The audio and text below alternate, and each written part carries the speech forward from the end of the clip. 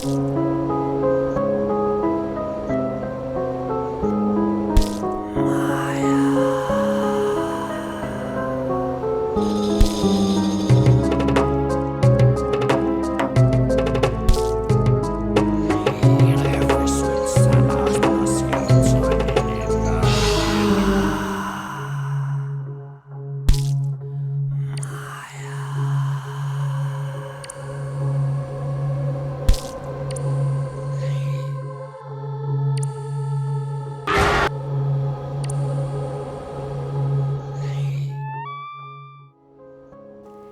होता है जब किसी वजह से शैतानी रूहों की नज़र हम पे पड़ जाए और हमारी एक अनजान भूल से वो हमें अपना शिकार बना ले। ऐसा ही कुछ हादसा हुआ एक शख्स की जिंदगी में, जिसके जिक्र से वो आज भी सहम जाता है।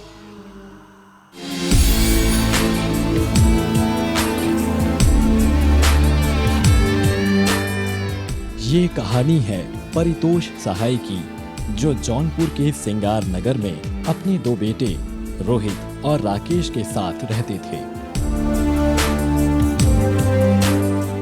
उनकी जिंदगी में हुए एक हादसे ने उन्हें मौत के इतने करीब लाकर खड़ा कर दिया कि उस खौफनाक हादसे को वो आज भी भूल नहीं पाते।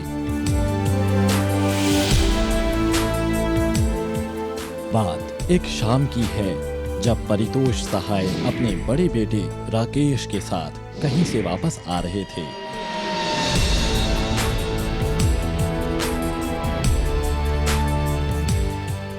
और उस सुनसान रास्ते से गुजरते वक्त उनको लगी एक चोट ने वो तकलीफ दी जिसका जिक्र वो आज किसी से भी नहीं करना चाहते हैं।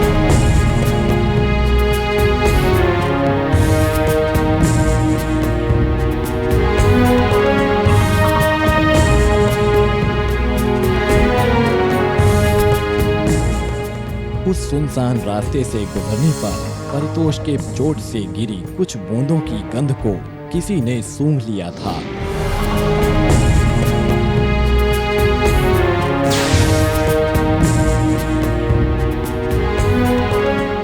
वो और कोई नहीं, घोला थी।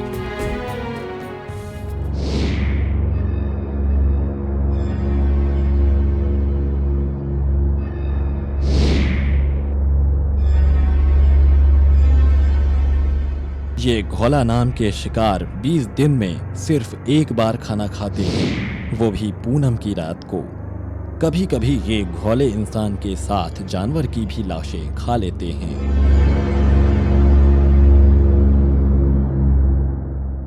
पर इनकी निगाहें हमेशा इंसानी शरीर पर रहती हैं।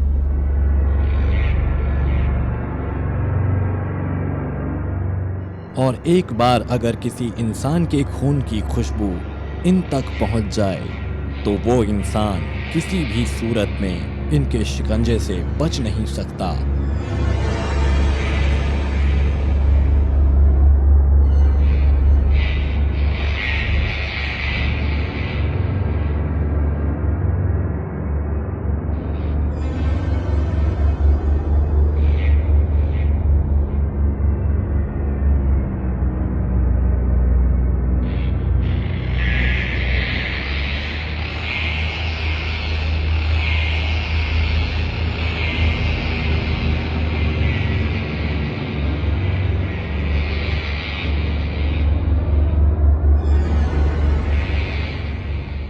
कुछ ऐसा ही हुआ परितोष के साथ भी। उनके लगी चोट से गिरी कुछ बूंदों को सूंघ लिया था उस घोला ने, और अपने मकसद को अंजाम देने के लिए अपने नए शिकार के लिए चल पड़ी।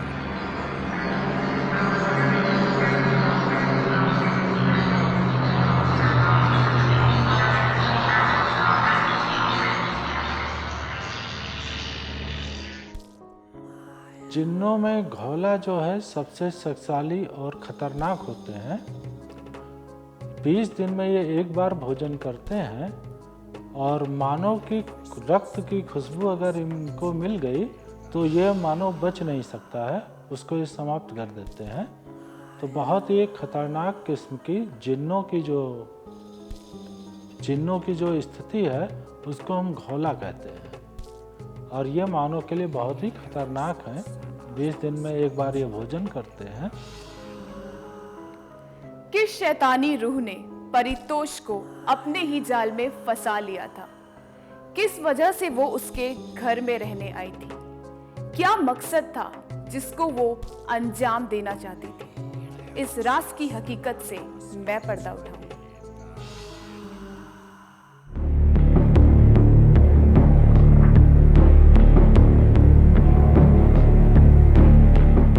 अगले ही दिन उस घोला को अचानक परितोष अपने घर ले आए। रोहित, इतनी हैरानी से देखने की कोई जरूरत नहीं है। ये तुम्हारी होने वाली नहीं माँ। दिमाग सही है ना आपका? आज से ये इसी घर में हम लोग साथ में रहेंगे और जो ये कहेंगी वो तुम लोगों को करना। पापा जी, ये क्या कर रहे हैं आप ये क्या कर रहे हैं? आप जो भी कर रहे हैं बहुत ही गलत कर रहे हैं आप।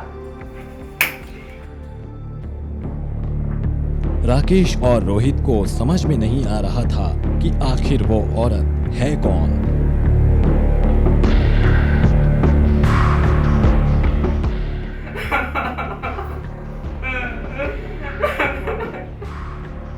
वो दोनों बेहद हैरान थे कि आखिर पिताजी को क्या हो गया है और वो किस अनजान को उनके घर ले आए हैं।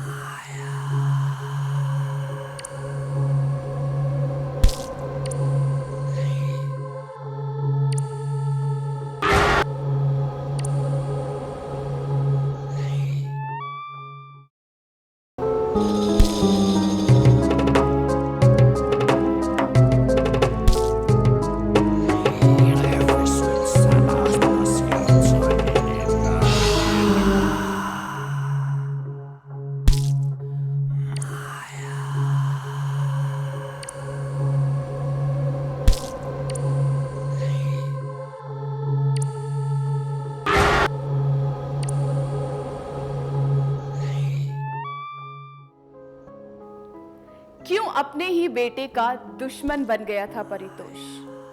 क्यों किसी की भी सुनने को तैयार नहीं था सिवाय उस शैतानी रूह के? उसके किस जादू ने उसे कायल बनाया हुआ था? इस राज को मैं बयां करूंगी।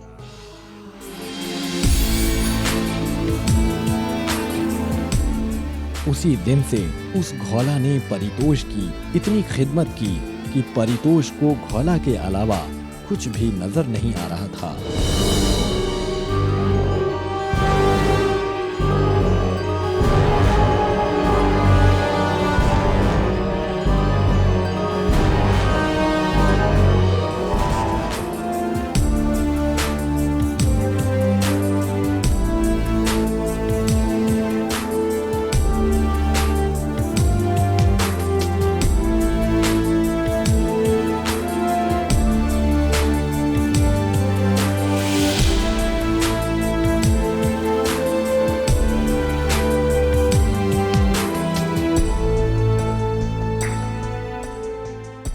आम इंसान किसी घोला के बस में आ जाएगा तो अक्सर उसका जीवन जो है समाप्त ही हो जाता है, उसके बचने की संभावना बहुत कम होती है। लेकिन अगर किसी व्यक्ति के अंदर आध्यात्मिक शक्ति है, साधना का बल है और डिवाइन फोर्स है, दिव्य शक्तियाँ उसको फेवर कर रही हैं, तभी वो व्यक्ति जो है घोला के प्रभाव में, घोला के चुंगल में आने के बाद भी बच सकता है। एक सुबह जब रोहित की नजर उस घोला पर पड़ी तो उसने उसका असल रूप देख लिया।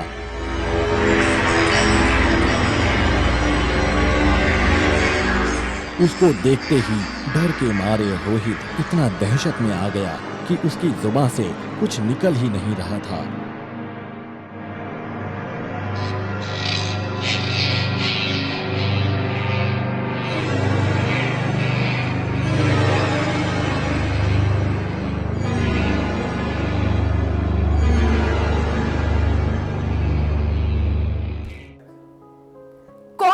रूप देख लिया था रोहित ने उस शैतानी रूह का, जिसका जिक्र वो अपने भाई से भी नहीं कर पा रहा था। क्या होने वाला था उस 14वीं की रात? उस अनजान को तो इस बात का एहसास भी न था कि उन सब के साथ क्या होने वाला है। तभी उसी शाम रोहित ने अपने बड़े भाई से सारी बातें बताईं और राकेश ये सब सुनकर सन्न रह गया, क्योंकि उसने कभी सपने में भी नहीं सोचा था कि जो औरत उनके घर पर रहने आई है, उसके मासूम चेहरे के पीछे इतना खतरनाक मकसद छिपा हो सकता है।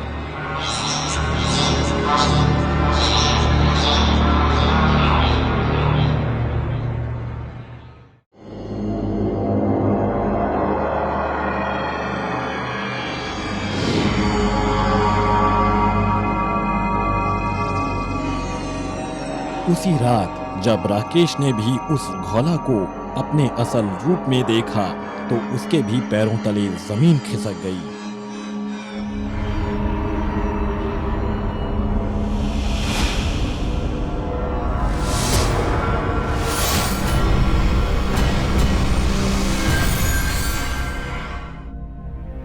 और तभी दूसरे दिन रोहित और राकेश ने घर से कुछ ही दूर पर रहने वाले उनके चाचा आशुतोष को सारा किस्सा उनके घर जाकर सुनाया।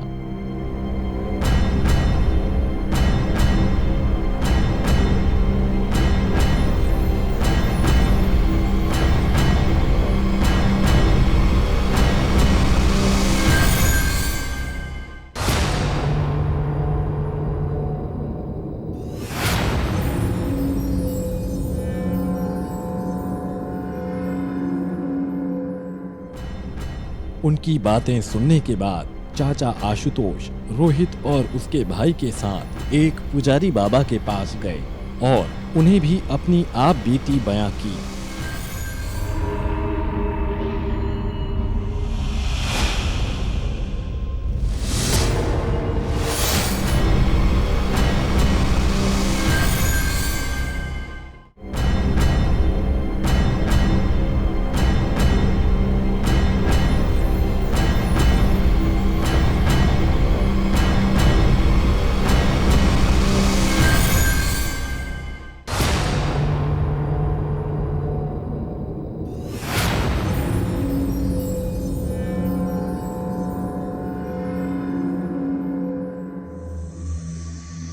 और बाबा ने सारी बातें सुनते हुए उन लोगों से साफ मना कर दिया, क्योंकि बाबा के मुताबिक बहुत देर हो चुकी थी और पिताजी की जान भी बचाना मुश्किल था।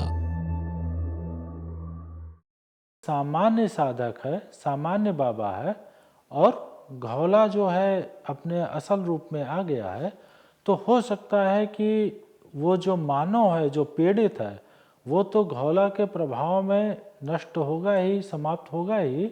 साथ ही साथ जो साधारण बाबा है वो भी घोला के आतंक का, घोला के प्रभाव में आकर के उसका भी जीवन समाप्त हो सकता है।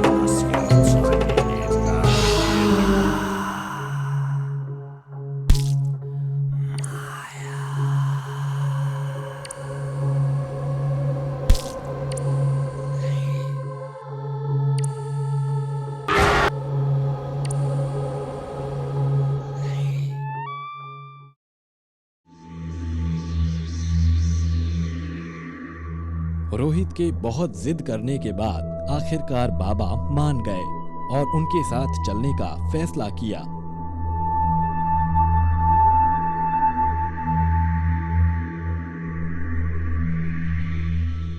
और बाबा ने उन सबको एक भभूत भी दी ताकि वो बभूत उन सब की रक्षा कर सके उस घोला से।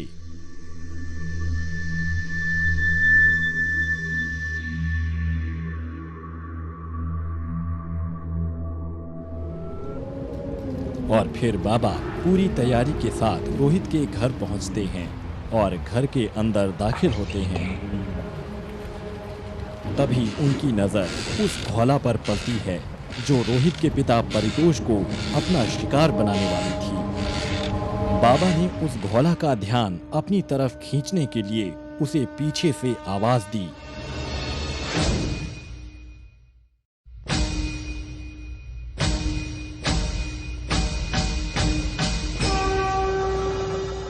और जैसे ही उस घोला की नजर बाबा पर पड़ी,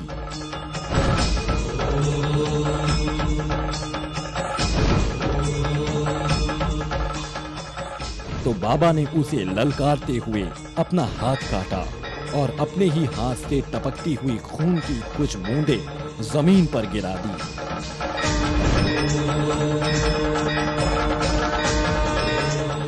और जैसे ही वो घोला बाबा की तरफ बढ़ने लगी,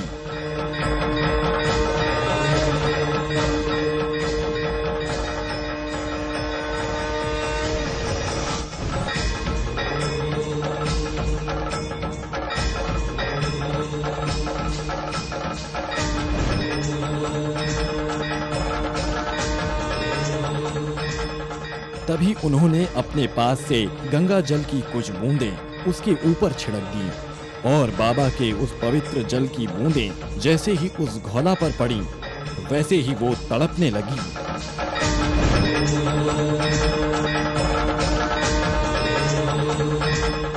और बाबा ने लगातार उस घोला पर गंगा जल की बूंदें छिड़कना जारी रखा और कुछ ही देर बाद वो घोला धीरे धीरे पूरी तरह से नेस्ते नाबूद हो गई।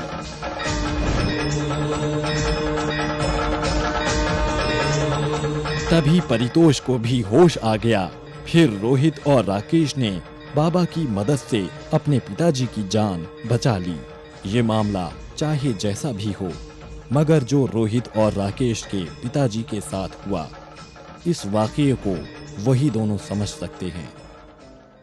घोला के प्रभाव से बचाने के लिए किसी आध्यात्मिक शक्ति का साथ लोग ले रहे हैं, एक आम व्यक्ति, तो अगर उस आध्यात्मिक व्यक्ति की शक्ति ज़्यादा है तो वो घोला सामने आ भी जाएगा तो वो उसको टैकल कर लेगा, उसको फेस कर लेगा और घोला को वापस जाने के लिए बाध्य कर देगा। जान तो बच गई, पर क्या आपको लगता है कि शैतानी रूहें इतनी आसानी से पीछा छोड़ देती हैं? ये भूल है आपकी। क्या पता इन रास्तों से गुजरकर फिर कोई यही भूल कर बैठे।